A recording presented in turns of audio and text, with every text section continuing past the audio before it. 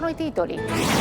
A Palermo nuovo attentato incendiario doloso alla Sicily by Car nella sede di via San Lorenzo. Nella notte in fiamme 11 mezzi, 9 auto e 2 furgoni. E intanto scattano 8 fermi per il gruppo di fuoco che agiva a suon di pallottole e incendi.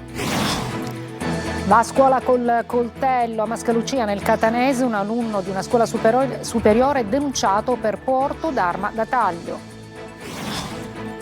A Catania sequestro record di droga, 700 pasticche di metanfetamina rosa nascosta in un garage. Questo tipo di sostanza spacciata in discoteca. A Siracusa la Guardia di Finanza scopre una maxi frode legata al superbonus del 110%. Nell'operazione nazionale, coinvolta anche Messina, ci sono 12 indagati, 60 società e $500 milioni sequestrato. Allarme randagismo al cimitero di Catania, Sicilia 24, la denuncia di chi va a trovare i defunti e dice abbiamo paura da tempo, segnaliamo la presenza di cani ma nessuno interviene. Sciacca si prepara a vivere un'estate all'insegna della grande musica con la rassegna Mosaic Festival. Sul palco il raffinato jazz di Nick The Nightfly e l'energia travolgente di Jimmy Sachs. Calcio a Catania, individuati i nomi per i ruoli chiave. La dirigenza lavora in sede per definire i dettagli operativi della prossima stagione.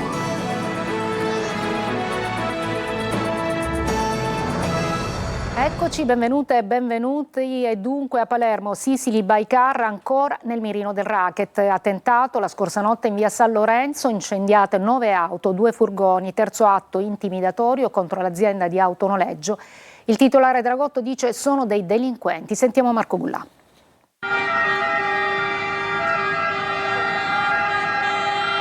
Ancora un attentato col fuoco contro la Sicily by Car di Tommaso Dragotto. Un incendio di origine dolosa ha devastato diverse auto in via San Lorenzo a Palermo, nel parcheggio della società che opera nel noleggio di auto.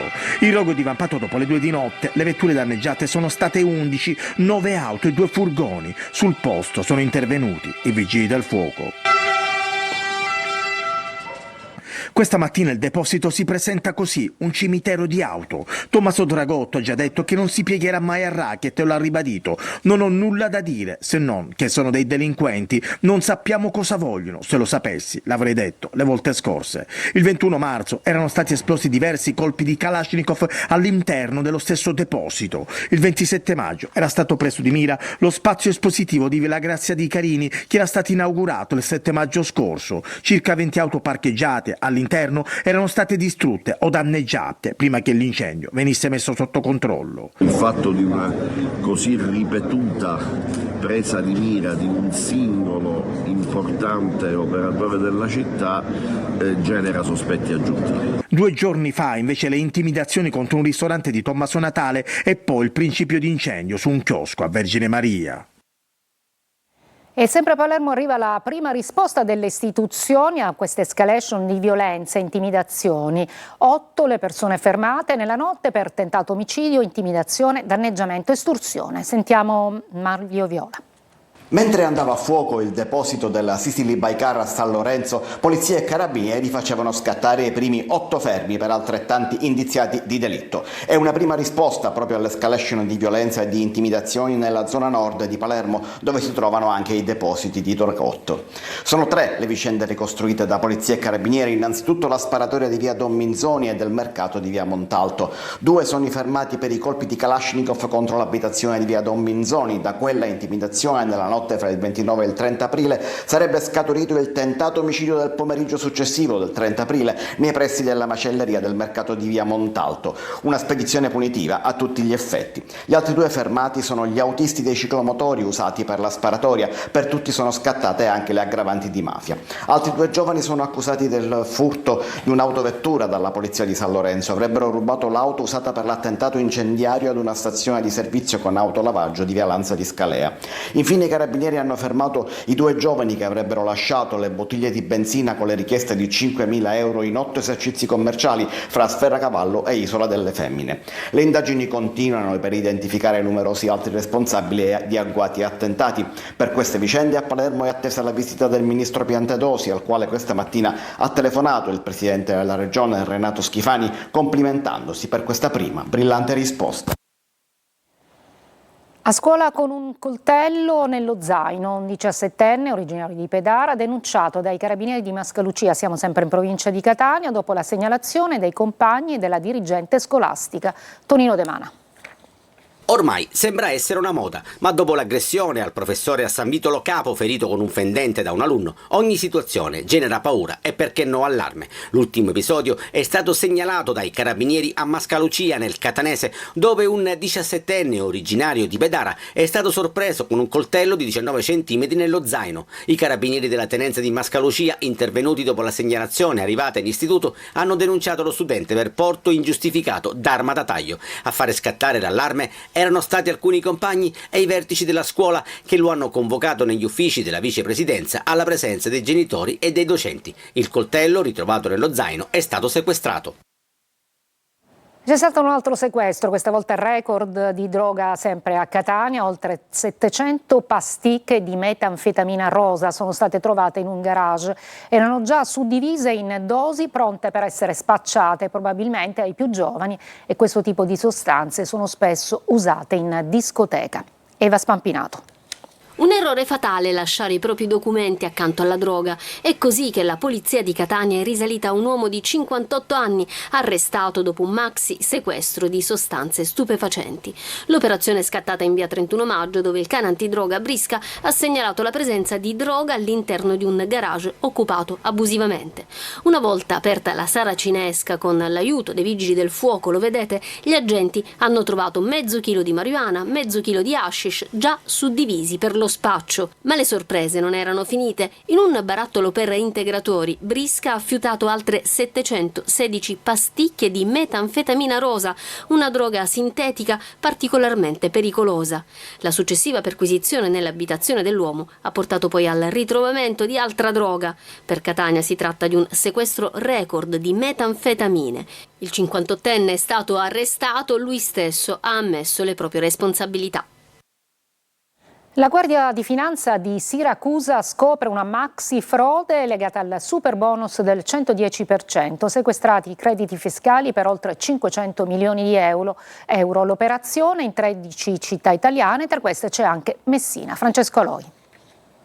Più di $500 milioni risparmiato dallo Stato, crediti che stavano per essere messi sulla carta ad aziende che operavano nel superbonus 110%, in realtà sui conti di un'organizzazione criminale ramificata in tutta Italia. Proprio per questa disfunzione di una normativa che aveva invece questa finalità positiva, che è fondamentale pensare al contributo di altre istituzioni dello Stato per intercettare così rapidamente questo tipo di disegno assolutamente fantasioso ma criminogeno che avrebbe danneggiato l'economia. 12 gli indagati, oltre 60 le aziende, secondo gli investigatori la maggior parte fittizie, che avrebbero dichiarato finti interventi milionari su 22 condomini, in diverse città italiane, tra cui Messina e Siracusa. Possiamo dirlo, la mente stava in Lombardia, le braccia invece in Abruzzo. Sì, sostanzialmente sì, la mente, esatto, sono una serie di professionisti lombardi, commercialisti che inserivano questi dati in piattaforma e sono due professionisti originari operanti a Chieti. Ma è stata la banca dati dell'Agenzia delle Entrate a fare allargare il raggio dell'operazione. Grazie però ad una splendida sinergia operativa con i nostri organi centrali e con l'Agenzia delle Entrate centrali siamo riusciti ad avere una serie di dati difficilmente estraibili a livello locale che ci ha consentito di ampliare l'indagine su tutto il territorio nazionale. Preso a calci e pugni per rubargli lo scooter a Ramacca, nel Catanese, un 17enne è stato aggredito mentre era in piazza con un amico. Eva Spampinato. Stava chiacchierando con un amico seduto sul suo scooter in piazza Umberto I a Ramacca, quando un ragazzo si avvicina con passo prepotente. Lo spinge con forza, così all'improvviso, senza che il giovane potesse avere il tempo di capire cosa stesse accadendo. Poi le botte, i calci i pugni e il tentativo di rubargli lo scooter. Il giovane di 17 anni prova a difendersi utilizzando il casco, ma a dare manforte all'aggressore, che l'ha minacciato anche con un coltello, arrivano altri 4 ragazzi. Al 17 17enne non resta che abbandonare il motorino e scappare. Dalla visione delle telecamere della zona i carabinieri riconoscono l'aggressore, che poco dopo si presenta in caserma accompagnato dal padre. Per lui è scattata la denuncia. Lo scooter invece, che era stato rubato da un componente della baby gang, ora sotto la lente degli investigatori, è stato ritrovato poco distante. A Catania SOS randagismo al cimitero, a Sicilia 24 le testimonianze dei visitatori che dicono abbiamo paura da tempo, segnaliamo la presenza di cani ma nessuno interviene. Tonino De Mana. Erba alta con alcuni vialetti quasi impercorribili, servizi igienici off limits ed ora anche l'emergenza randagismo. Un altro problema a Tanaglia è il cimitero di Catania, con branchi di cani che si aggirano tra i vialetti mettendo paura ai visitatori, spesso costretti a fuggire per evitare di essere aggrediti. Sono tante le segnalazioni alla nostra linea di WhatsApp al numero 342 7455005 e il video che vi mostriamo lo abbiamo ricevuto proprio da un nostro telespettatore. Ehi! Ma chi c'è? Andate qua? I cani randaggi entrano ed escono dal pericolante muro perimetrale del Camposanto, messo in sicurezza, si fa per dire, da queste transenne. Esasperati ed impauriti visitatori. Io ho paura, preoccupazione, sono io con mia moglie che sono quasi 5 anni che veniamo al cimitero tutti i giorni per il nostro figlio e ormai sono qui di casa. Pericoloso molto per le persone che sono qua, devono stare molto attenti. Ho visto un'anziana che si è messa di paura e stava pure per cadere. Infatti è una cosa che il sindaco deve provvedere il più presto possibile. Lei quanti ne ha visti?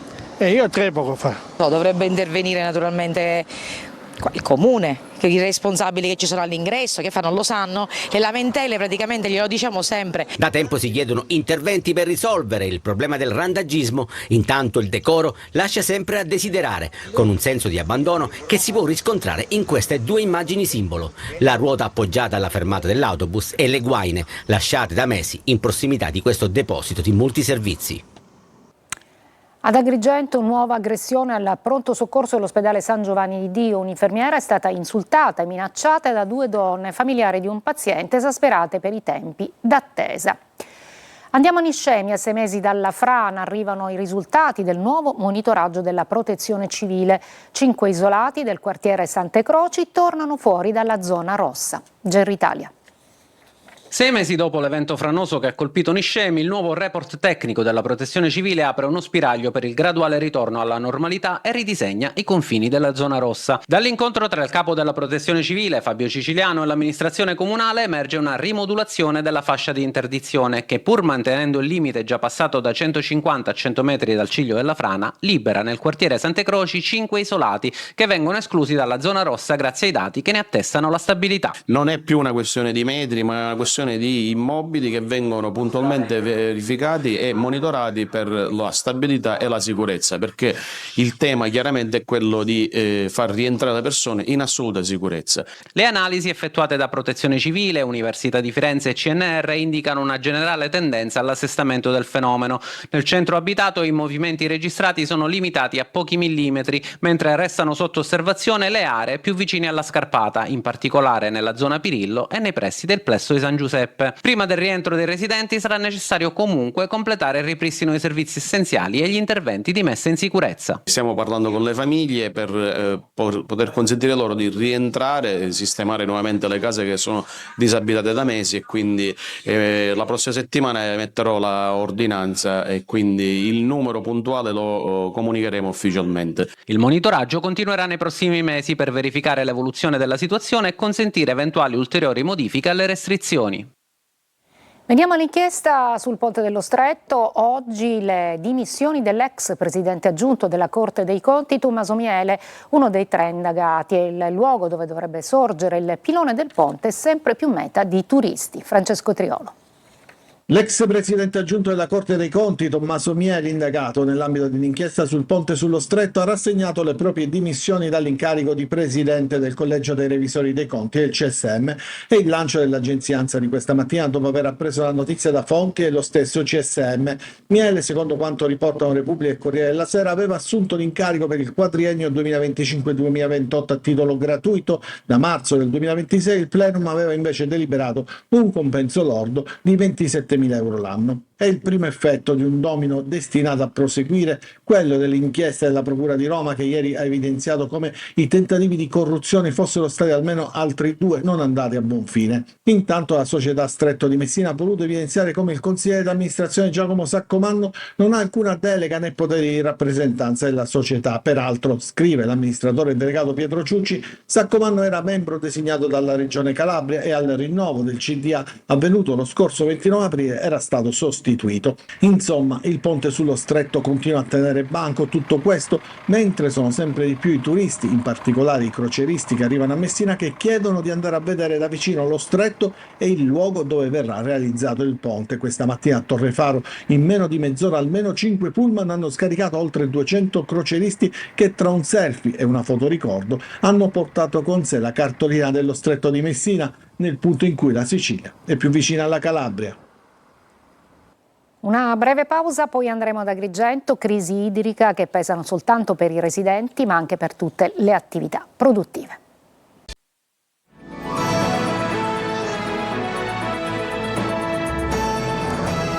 Ad Agrigento la crisi idrica continua a pesare sulle attività produttive, ritardi fino a 8 giorni per l'arrivo delle autobotti, con imprese costrette a fermarsi e a perdere lavoro e clienti. Davide Sardo.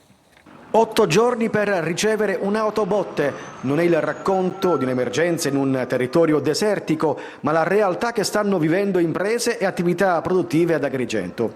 E mentre la città punta sul turismo e sui servizi, la crisi idrica continua a mettere in ginocchio l'economia locale. Nonostante un inverno caratterizzato da abbondanti piogge, nel capoluogo agrigentino l'acqua resta un problema quotidiano. A lanciare l'allarme è la CNA di Agrigento, che denuncia ritardi ritenuti insostenibili nel servizio sostitutivo garantito attraverso le autobotti. Ci sono titolari di attività che dopo 8 giorni dalla segnalazione non hanno ancora ricevuto il rifornimento e sono state costrette a fermarsi o a rinunciare alle commesse. Il danno economico è diretto e immediato. Una situazione che, secondo la CNA, sta provocando danni economici immediati a imprese e artigiani, costretti in alcuni casi a ridurre le giornate lavorative. La situazione chiede interventi urgenti e strutturali e annuncia che seguirà da vicino l'evolversi della vicenda, senza escludere iniziative di protesta e azione a tutela delle aziende del territorio. A Messina il primo lido pubblico della città è alla spiaggia del Ringo, sino ad un paio di anni fa nel Degrado, un progetto pilota con tanto di docce, cabine gratuite e torrette di salvamento. Francesco Triolo. 3 anni fa la spiaggia del Ringo era questo, barche abbandonate, rifiuti ovunque, catene e lucchetti arrugginiti. Oggi quella spiaggia degradata è diventata un fiore all'occhiello ed è uno dei punti di riferimento dell'estate messinese. Dopo la riconferma della bandiera blu per il secondo anno consecutivo, ecco il nuovo progetto, quello di un lido pubblico, il primo in città con tanto di docce, torrette e cabine dove potersi cambiare. È gestito dal comune attraverso la Messina Social City. Oltre alle cabine gratuite per i bagnanti, presto saranno installate delle aree dedicate allo sport e ai giochi per bambini. In questa spiaggia fino a 2 o 3 anni fa c'erano sversamenti di liquami fognari in acqua, l'abbiamo resa balneabile. Rendere una spiaggia fruibile, attrezzata, aperta a tutti in centro città, rivalutandola, vuol dire dare un segnale che riguarda non solo la fruizione del mare ma anche il grande obiettivo che dall'anno scorso ci vede protagonisti. Noi siamo la prima città metropolitana ad aver ottenuto la bandiera blu. Quello della spiaggia del Ringo, dove negli anni 60 sorgevano i bagni Vittoria, è un progetto pilota che verrà replicato in altre zone della città, dove sono in corso di realizzazione 75 accessi al mare attrezzati con docce, pedane e isole ecologiche, 25 torrette di salvamento presidiate. L'obiettivo più grande è quello per la prossima estate di rendere balneabile anche il tratto di spiaggia di Mare Grosso a 300 metri da Piazza Cairoli e affacciato sullo Stretto, un'operazione che consentirebbe a Messina di rinsaldare il suo rapporto con il mare.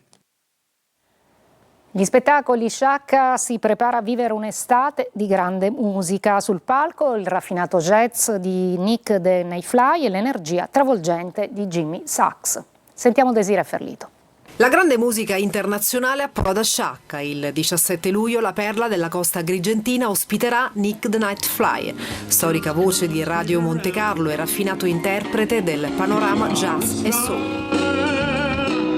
Un appuntamento che inaugura una delle serate più attese della rassegna estiva Mosaic Festival, che mette insieme artisti diversi ma con un unico denominatore comune, la musica di grande qualità.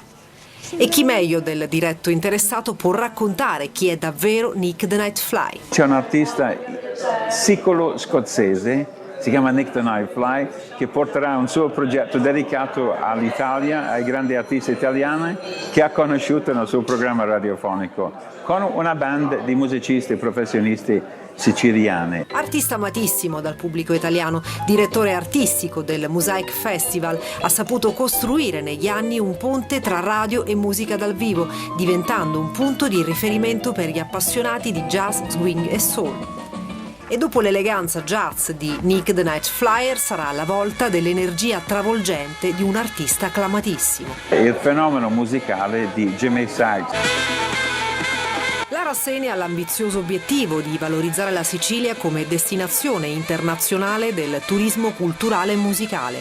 Tanti artisti, tante musiche diverse, vi invito tutti a venire a trovarci e vi passerete sicuramente una serata indimenticabile. Un'occasione che unisce vacanza, spettacolo e cultura in una location affacciata sul mare, dove il tramonto lascerà spazio alle emozioni della musica dal vivo. Il futuro dell'Etna tra la gestione problematica da parte del parco attuale, senza soldi né personale, e i disegni di legge per trasformarlo in un parco nazionale. Lorena Dolci ne parlerà a Sicilia 24 Focus dopo il TG con il presidente dell'ente Massimiliano Giammusso, Giuseppe Patti del Circolo di Catania di Lega Ambiente e il segretario del PD Anthony Barbagallo. Trasmissione in diretta su Telecolor alle 14.30. Per le vostre domande 342 74 55 005. Breve pausa e poi il calcio con il Catania che si sta lavorando per definire la prossima stagione.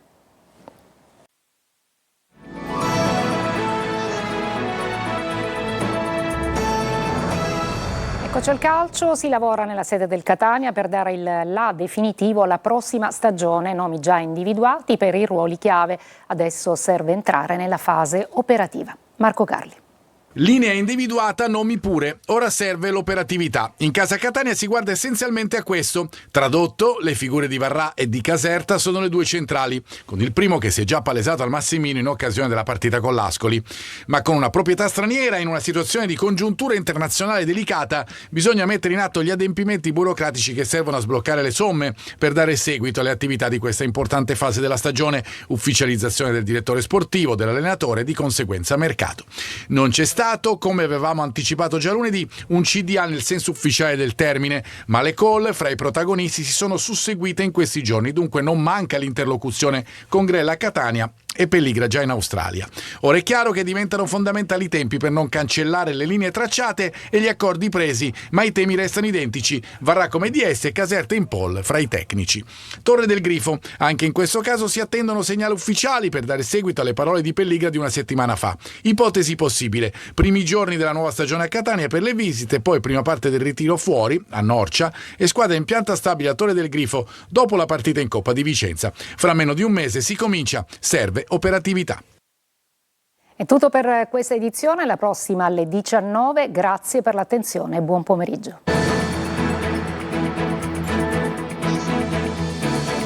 Entra nel mondo dell'informazione con l'app Sicilia Web.